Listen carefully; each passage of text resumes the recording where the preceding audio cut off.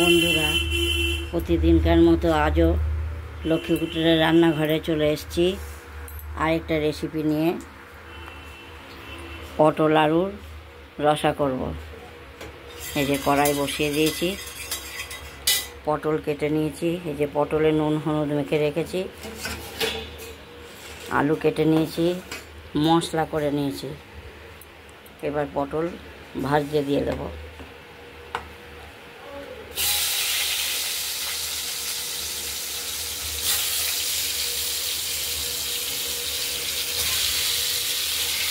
পটল ভাজা বসিয়ে দিলাম, ভাজা হোক। আলুও কাটা আছে, মশলা করা আছে। ভাজার পর আবার দেখাচ্ছি আপনাদের।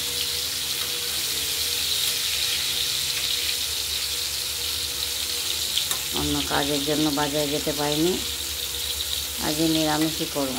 যা ঘরে আছে সেই রান্না করব।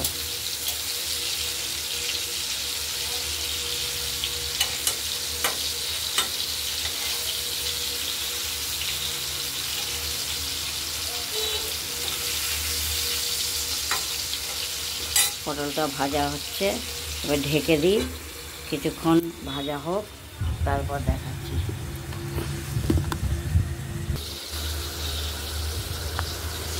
পটলের একদিক ভাজা হয়ে গেছে, উল্টে দেবো। উল্টে দিচ্ছি।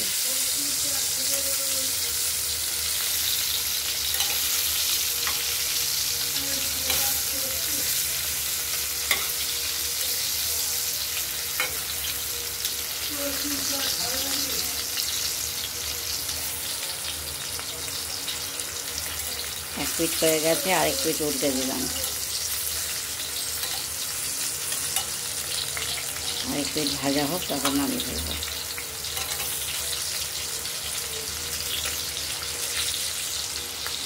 আরেক পিঠ ভাজা হোক, তারপর দেখাবো। বন্ধুরা, পটল ভাজা হয়ে গেছে, এবার পটলগুলো নামিয়ে ফেলব। পটলগুলো ভাজা হয়ে গেছে, পটলগুলো নামিয়ে ফেলছি।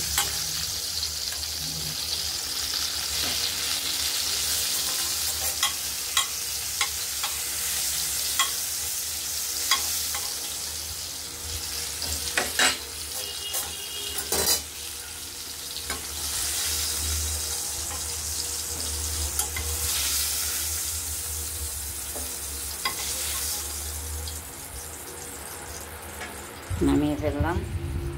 এবার ওই তেলেই লঙ্কা, এলাচ, তেজপাতা, লঙ্কা, জিরে, ওই তেলের মধ্যেই আবার দিয়ে দিলাম তেজপাতা, লঙ্কা, দারচিনি আর গরম মশলা।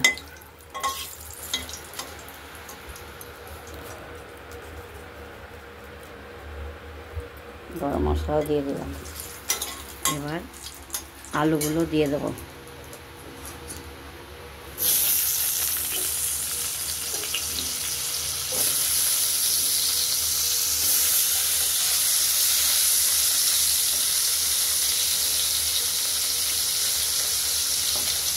আলুগুলো ভাজা হোক, দেখাচ্ছি। এবার নুন হলুদ দিলাম, আলুটা ভাজা হোক, তারপর মশলা দেবো।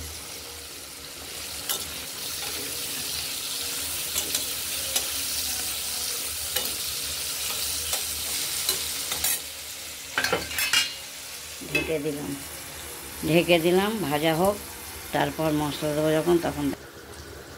আলু ভাজা হয়ে গেছে, এবার মশলাটা দিয়ে দিলাম কড়াই।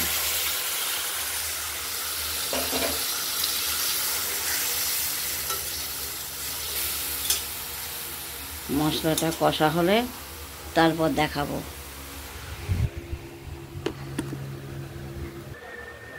মশলাটা কষানো হচ্ছে, কষালে তারপর জল দিয়ে দেবো।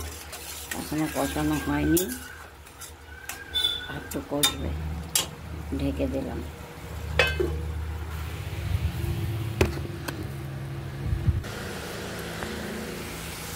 আলুটা কষানো হয়ে গেছে, এবার জল দেব।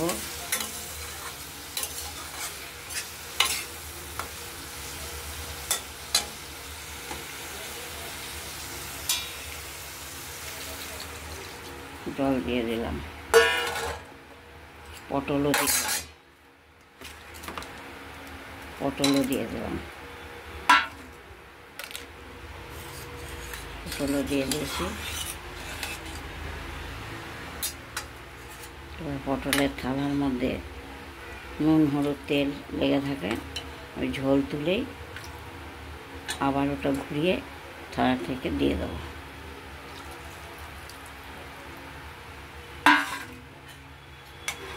পটলের রসা পটলগুলো সেদ্ধ হোক, নুন মিষ্টি পরিমাণ মতো দিয়েছি, এবার ঢেকে দিলাম।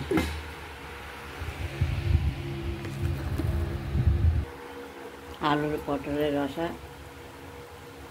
তৈরি হয়ে গেছে, কমপ্লিট। এবার ওভেন নিভিয়ে দেবো। নিবানোর আগে গরম মশলা দিয়েছি, আর একটু ঘি দিয়ে দিলাম 1 চামচ। তাহলেই রান্না হয়ে গেল না। আলু পটলের রসা ঝোল, আলু পটলের রসা রেডি। ওভেন নিভিয়ে দিলাম। বন্ধুরা, আজকের মতো এইখানেই আলু পটলের রসা। আগে করেছি লতি। আজকের মতো